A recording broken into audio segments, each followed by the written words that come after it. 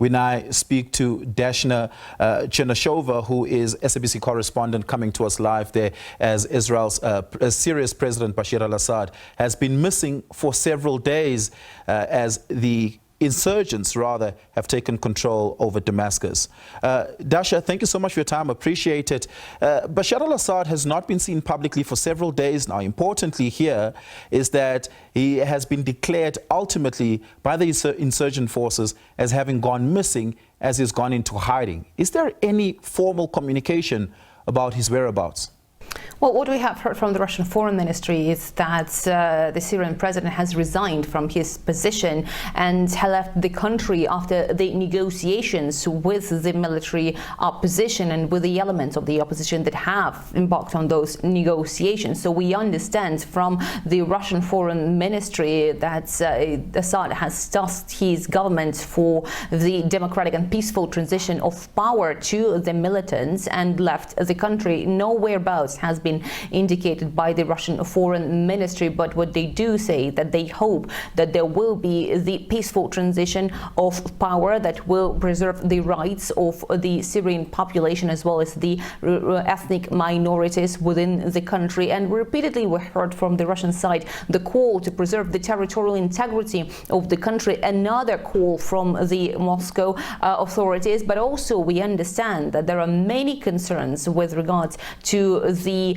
presence of the Russian military inside the country, and with regard to that the Russian Foreign Ministry has added in its statement that the bases continue to work as usual. They are on heightened alert, however, but they have said there are no immediate threats to those bases in Syria, because to remind you, Russia has the naval base in Tartus as well as the military airfield in Hmeimim, something that has been used also for the targeting of the terrorists inside Syria when Russia has been Syrian air forces to conduct the raids against the positions of the terrorists. So it seems that in Russia there is the admission of the reality on the ground. They have been helping the Syrian authorities for years now, but now it is the Russian Foreign Ministry that has confirmed that Bashar al-Assad has resigned and left the country.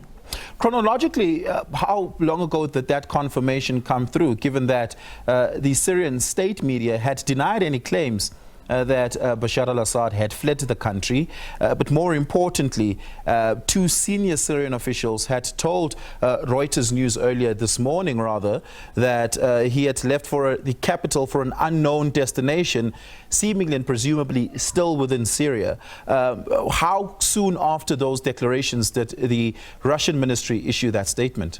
Well, indeed, we have been waiting for that statement to come for a few hours after it was already clear that the authority in Damascus has come to the militants, and the Russian Foreign Ministry has issued this statement only hours after that. The Kremlin, just minutes after the Foreign Ministry's statement, has confirmed that their position is also outlined in the same communique. So indeed, it has taken quite some time. And also we understand that Russia did not participate in those negotiations with the Syrian opposition. So it does seem that at this stage there is the admission of the reality on the ground, with Russia also saying that its diplomatic mission in Damascus is still operational. They have urged the Russian nationals not to take to the streets, to keep in safety. They have reminded of the emergency phone numbers they can use in the event when they need any help from the